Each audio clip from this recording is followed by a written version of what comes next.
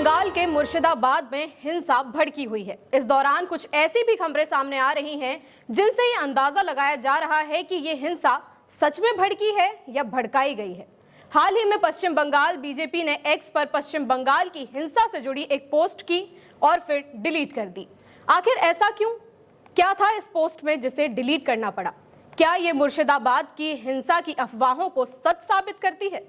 नमस्कार, आप देख रहे हैं सत्य हिंदी और मैं आपके साथ कृति सिंह। इस वक्त पश्चिम बंगाल में जो हालात हैं उन्हें देखकर यही लगता है कि जल्द से जल्द राज्य में शांति हो जाए, लेकिन ऐसा हर किसी को नहीं लगता। पश्चिम बंगाल की सबसे बड़ी विपक्षी पार्टी बीजेपी ने 13 अप्रैल को एक्स हैंडल पश्चिम बंगाल की ऐसी 9 तस्वीरों का कोलाज शेयर किया जिसमें हर तस्वीर पर हिंदू त्योहार के नाम के साथ हिंसा, आगजनी और उपद्रव दिख रहा था। पोस्ट के साथ बीजेपी ने यह भी लिखा कि त्योहार से कोई फर्क नहीं पड़ता, उन्हें बस इसे जलाने का बहाना चाहिए। इस पोस्ट को देखने के बाद सबसे बड़ा सवाल यही है कि क्या सच में ये सभी तस्वीरें पश्चिम बंगाल की हैं या जनता को भड़काया जा रहा है? अल्ट न्यूज ने इन तस्वीरों का फैक्ट चेक किया तो असलियत तो कुछ और ही निकली। अल्ट न्यूज की जांच में पता चला कि इन 9 तस्वीरों में से 8 तस्वीरें तो पश्चिम बंगाल की है ही नहीं। आइए आपको एक एक करके इन सभी तस्वीरों की हकीकत बताते हैं। ये कोलाज की पहली तस्वीर है। इस पर गणेश चतुर्थी लिखा हुआ है। इस तस्वीर में आप देख सकते हैं कि एक व्यक्ति जिसने मुस्लिम धर्म से जुड़ी टोपी पहनी हुई है और उसके सामने एक कार जलती हुई दिख रही है। इसे शेयर करके ये दिखाया जा रहा है कि पश्चिम बंगाल में गणेश चतुर्थी के दौरान हिंसा हुई, लेकिन फैक्ट तो कुछ और ही है। दरअसल ये तस्वीर पश्चिम बंगाल के हावड़ा की है, जहां दिसंबर 2019 में नागरिकता संशोधन विधेयक के पारित होने के खिलाफ प्रदर्शन हुए थे। ये तस्वीर मूल रूप से न्यूज एजेंसी पीटीआई की है, जिसका इस्तेमाल द प्रिंट और द फ्री प्रेस जर्नल ने भी किया था। इस दौरान पश्चिम बंगाल में हिंसा भड़की थी, लेकिन ये तस्वीर गणेश चतुर्थी की बिल्कुल भी नहीं है। ये दूसरी तस्वीर की बात करें तो इस तस्वीर में एक कार में आग लगी हुई है और प्रदर्शनकारियों की भीड़ खड़ी हुई है। इस तस्वीर से यह दिखाया जा रहा है कि पश्चिम बंगाल में सरस्वती पूजा के दौरान भी हिंसा भड़की, लेकिन सच तो यह है कि यह तस्वीर उत्तर प्रदेश की राजधानी लखनऊ की है, जहां दिसंबर 2019 में CAA यानी सिटीजनशिप अमेंडमेंट एक्ट के खिलाफ प्रदर्शन में हिंसा भड़की। इस तस्वीर का इस्तेमाल टाइम्स नाउ सहित इंडिया टुडे ने भी अपनी रिपोर्ट में किया।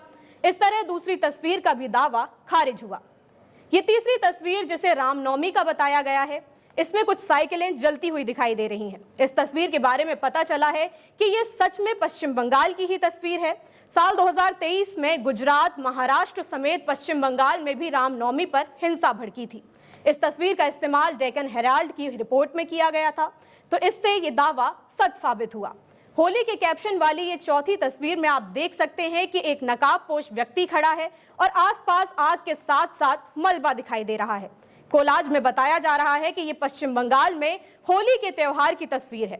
दरअसल ये तस्वीर भी लखनऊ की है। 29 दिसंबर 2019 को द इंडियन एक्सप्रेस की रिपोर्ट में ये तस्वीर पब्लिश की गई थी, जब लखनऊ में CAA के विरोध में पुलिस की गाड़ी जला दी गई थी। इसके साथ इकोनॉमिक टाइम्स ने भी इस तस्वीर को अपनी रिपोर्ट के साथ पब्लिश किया था। अब बात कर लेते हैं इस 5वीं तस्वीर की, जिसे दीपावली का बताया गया है। इस तस्वीर में देखा जा सकता है कि सफेद रंग के कपड़े पहने हुए एक व्यक्ति को उठाकर ले जाया जा रहा है और उसके आसपास आग लगी हुई है। इस तस्वीर के बारे में पता चला है कि द हिंदू की दिसंबर 2019 की रिपोर्ट के मुताबिक तस्वीर में बेंगलुरु के पूर्व मेयर अशरफ हैं, जो CAA विरोध प्रदर्शन के दौरान घायल हो गए थे और उन्हें सुरक्षित जगह पर ले जाया जा रहा था। कर्नाटक की हिंसा की इस तस्वीर का इस्तेमाल फ्रंटलाइन पत्रिका ने 3 जनवरी 2020 की रिपोर्ट में किया था। ये छठी तस्वीर जिसे पश्चिम बंगाल में दुर्गा पूजा का बताया गया है। इस तस्वीर में कुछ लोग खड़े हैं और उनके पीछे आग लगी हुई है। इस तस्वीर की हकीकत ये है कि ये तस्वीर पश्चिम बंगाल के हावड़ा में CAA के विरोध में कोना एक्सप्रेसवे पर भड़की हिंसा की है। इंडियन रिपोर्ट्स की कई रिपोर्ट्स में इस तस्वीर का इस्तेमाल किया गया। ये 7वीं तस्वीर हनुमान जयंती की बताई गई है, जिसमें नकाब पहने लोग आग के आसपास दिख रहे हैं और दंगे का माहौल दिख रहा है। दरअसल ये तस्वीर भी कर्नाटक की है, जिसमें CAA विरोध प्रदर्शन में हिंसा भड़की हुई थी। इस दौरान गुस्साई भीड़ ने पुलिस पर पत्थर फेंके। इस तस्वीर का इस्तेमाल रॉयटर्स ने अपनी रिपोर्ट में किया था। ये 8वीं तस्वीर जिसे दशहरा का बताया गया, लेकिन ये तस्वीर लखनऊ की है। जहां सीएए के विरोध प्रदर्शन में हुए हिंसा में लोग मारे भी गए थे। इसके साथ इस तस्वीर का दावा भी खारिज हो गया कि ये पश्चिम बंगाल में भड़की हुई हिंसा की तस्वीर है। अब ये आखिरी तस्वीर जिसमें कुछ लोग गाड़ियों को आग लगाते दिख रहे हैं, इसे मकर संक्रांति का बताया गया है। ये आखिरी तस्वीर जिसमें कुछ लोग गाड़ियों को आग लगाते दिख रहे हैं, इसे मकर संक्रांति का बताया गया है।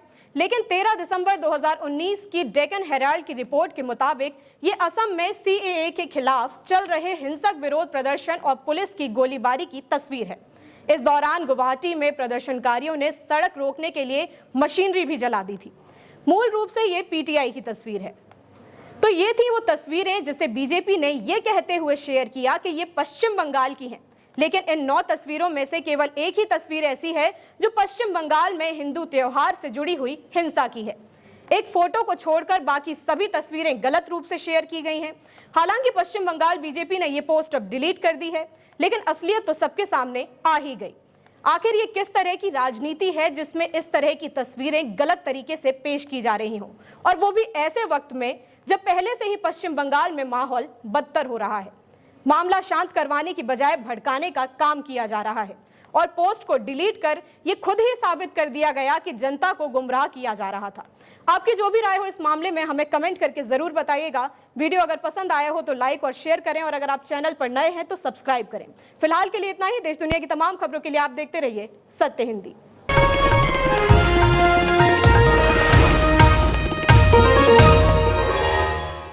Copyright disclaimer under Section 107 of the Copyright Act 1976. Allowance is made for fair use for purposes such as criticism, comment, news reporting, scholarship, and research. Fair use is a use permitted by copyright statute that might otherwise be infringing.